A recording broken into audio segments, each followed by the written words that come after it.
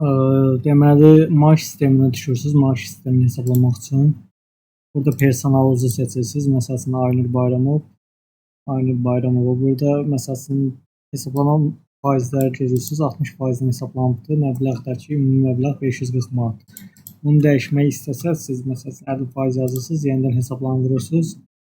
Avtomatik məbləğ dəyişir. Burada da hər şey dəyişir ona uyğun olaraq, faizə uyğun olaraq. Oturaq əvvəlki yerinə müdirin maaşına işimiz olmasın.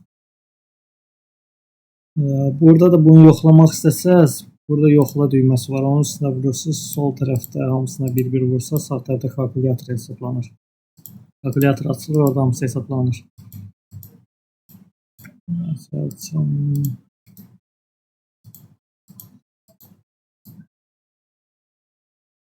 900 manat ümumi görülən işdir, 540 manat da maaşdır.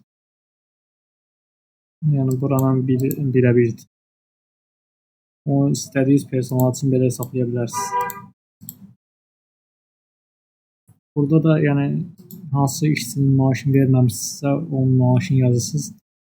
Verilməyən günlər hamısı avtomatik buradakı faizdən hesablanır. Sonra burada bir dənə iş günü detalları var. Hansı gün, hansı tarixdə kim nə iş görübsə, hamısı burada çıxır. Sessiya ödənişləri, bu bəllidir, bu başqa bir şeydir. Faiz kontrol admin.